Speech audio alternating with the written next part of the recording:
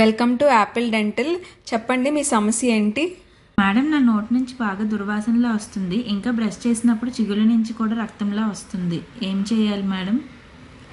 పళ్ళు క్లీనింగ్ అనే ప్రొసీజర్ ఉంటుందండి, దాన్ని స్కేలింగ్ అంటాము. ఆ స్కేలింగ్ చేయడం వల్ల మీకున్న సమస్యలన్నీ తగ్గుతాయండి. మేడం, అది చేయించుకోవడం వల్ల మరి పళ్ళు అరిగిపోవడం ఇంకా గ్యాప్లు కూడా వచ్చేస్తాయని విన్నాను. అదంతా నిజమేనా?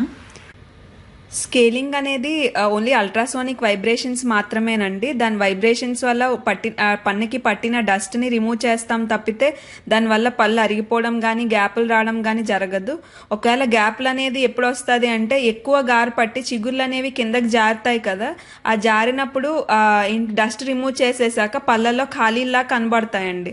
తర్వాత మెల్లిగా చిగుళ్ళు అనేవి దాని ఒరిజినల్ పొజిషన్కి గ్రో అయితే మీకు అవి కూడా కవర్ అయిపోతాయి. అయితే ఈ స్కేలింగ్ అనేది చేయించుకోవడం అవసరమా మేడం?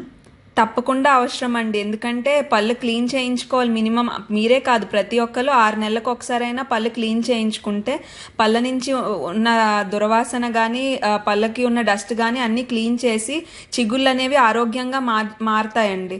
ఇప్పుడు మీరు అది చేయించుకోకుండా స్కేలింగ్ చేయించుకోకుండా ఉండడం వల్ల గార పట్టేసి చిగుళ్ళు కిందకి జారిపోతే చిగుళ్ళతో పాటు చిగుళ్ళతో ఉన్న ఎముక కూడా కిందకి జారుతుందండి. అలా మెల్లిగా పళ్ళు అనేవి వీక్ అయ్యి పళ్ళు కదలడం స్టార్ట్ అవుతుంది. అలానే మెల్లిగా పళ్ళు ఊడిపోవడం కంప్లైంట్ వస్తాయండి.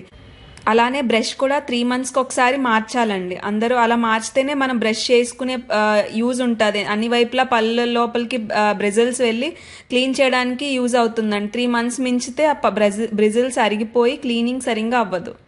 ఓకే మ్యామ్, అయితే చెయ్యండి.